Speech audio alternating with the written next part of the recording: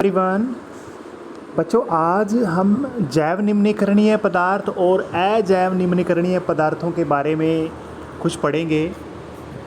तो पहली क्लास में भी आपने पढ़ा है कि जो जैव निम्नीकरणीय पदार्थ होते हैं वो छोटे छोटे सूक्ष्म जीवों के द्वारा अपघटित हो जाते हैं। पढ़ा है ना पहले भाई वे पदार्थ जो हमारे एनवायरनमेंट में या फिर हमारे पर्यावरण में जो छोटे छोटे सूक्ष्म जीव होते हैं, ठीक है, कवक हो गई, फफूंदी हो गई, इनके द्वारा क्या हो जाते हैं, वो अपघटित हो जाते हैं, छोटे छोटे टुकड़ों में बट जाते हैं और फिर वापस से ये पर्यावरण में मिल जाते हैं।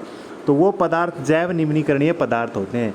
जैसे कपड़ा है, लकड़ी है, ये सारे जैव निम्नीकरणीय पदार्थ होते हैं, यानी ये वापस पर्यावरण में मिल जाते हैं। ठीक है, पढ़े होंगे पहले। और है अजैव निम्नीकरणीय पदार्थ। अजैव निम्नीकरणीय पदार्थ वो होते हैं जो छोटे छोटे सूक्ष्म जीवों के द्वारा पर्यावरण में वापस नहीं मिलते, या फिर ये कह सकते हैं जो छोटे छोटे सूक्ष्म जीवों के द्वारा अपघटित नहीं होते। अपघटन जिनका छोटे छोटे सूक्ष्म जीवों के द्वारा नहीं किया जा सकता।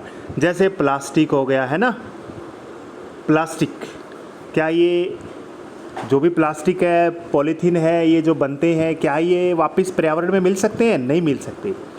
तो ये दोनों ही पदार्थ है, इन दोनों के बारे में आज जो है थोड़ा थोड़ा इसमें आपकी बुक में क्वेश्चन दिए हुए हैं, उसके हिसाब से हम करेंगे। ठीक है, समझ में आ गया होगा कि क्या निम्नीकरणीय पदार्थ कौन से होते हैं और अजैव निम्नीकरणीय पदार्थ कौन से होते हैं।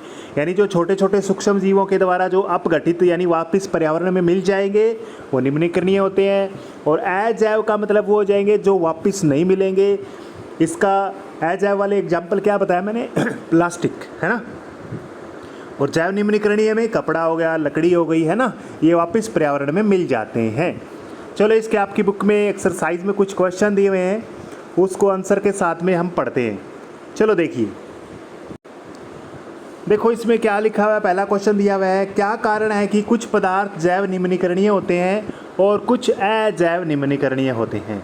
तो सीधी सी बात है, हमारे पर्यावरण में कुछ ऐसे पदार्थ हैं जो आसानी से सूक्ष्म जीवों के द्वारा, कवक फफूंदी द्वारा क्या हो जाएंगे, जीवाणुओं के द्वारा एक तरह से अपघटित हो जाते हैं, और कुछ ऐसे हैं जो अपघटित नहीं होते। इसलिए हमारे पर्यावरण में कुछ ऐसे जीव हैं जो निम्नीकरणीय होते हैं और कुछ ऐसे हैं जो अजैव निम्नीकरणीय हैं। जैसे कुछ पदार्थ जैव निम्नीकरणीय होते हैं क्योंकि उन्हें सूक्ष्म जीवों द्वारा सरल पदार्थों में अपघटित किया जा सकता है।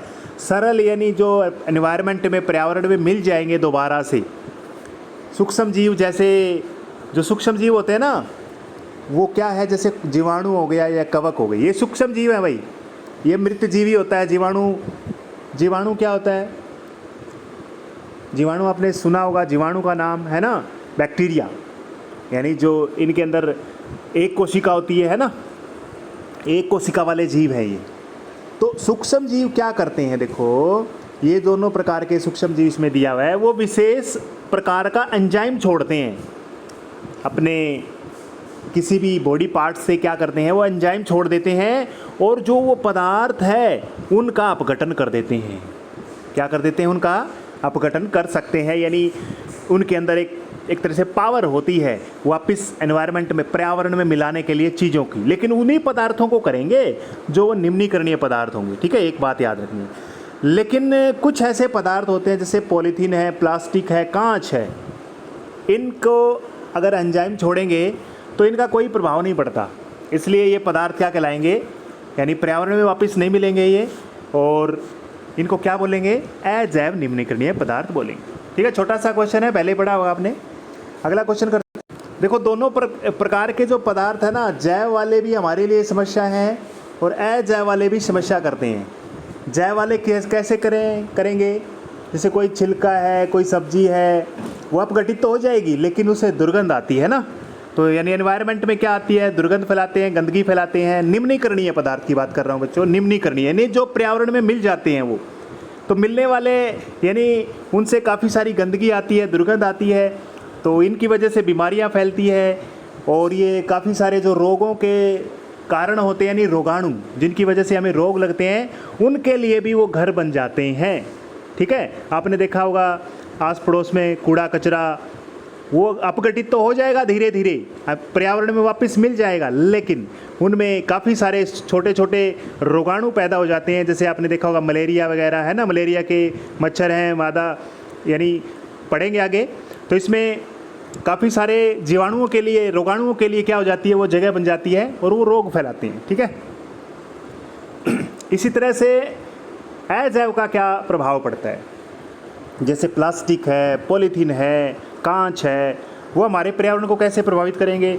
वो देखो भाई, वो इकट्ठे हो जाएंगे, जगह घेर लेंगे बहुत सारी, तो हमारे एनवायरनमेंट में दोबारा से अपघटित नहीं होंगे।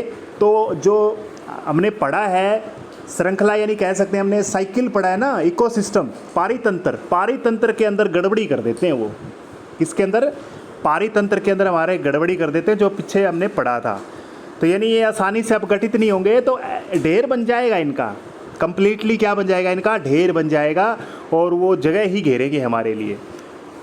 देखेंगे लास्ट क्वेश्चन है ये, आपने देखा होगा इसमें, जैसे हमने जैव आवर्धन पढ़ा था, जैविक आवर्धन क्या होता है। जैविक आवर्धन, जैविक आवर्धन यानी एक आहार श्रृंखला में अगर कोई बीमारी घुस गई तो वो कंप्लीटली नेक्स्ट लेवल में, यानी मान लो पेड़ पौधों में कोई स्प्रे वगैरह किया, डीडी कोई भी किया हमने, जैसे स्प्रे वगैरह करते हैं, तो वो पेड़ पौधों में मतलब उसका हानिकारक पदार्थ है जो अपघटित नहीं हो सकता। मान लीजिए वो अब्जॉर्ब हो गया प्लांट्स के ज़रिए, फिर प्लांट्स को किसी ने खा लिया, फिर उसको किसी ने खा लिया, यानी इसमें क्या होगा, उसकी जो रोगाणु की है वो, या फिर कह सकते हैं विषैले पदार्थ हैं, वो बढ़ते जाएंगे। ये जैव आवर्धन हमने पिछले पीरियड में पढ़ा था, जैव आवर्धन पढ़ा है ना। एक आहार श्रृंखला से दूसरी में जाते हैं तो क्या होता है, उसके अंदर हानिकारक पदार्थों की वृद्धि होती है, ये पीछे पढ़ा था। तो कहने का मतलब है अजैव वाले यही कारण बनते हैं, क्योंकि अजैव वाले ख़त्म तो होंगे नहीं, तो क्या करेंगे, वो एक श्रृंखला से दूसरी श्रृंखला में आसानी से प्रवेश कर जाएंगे,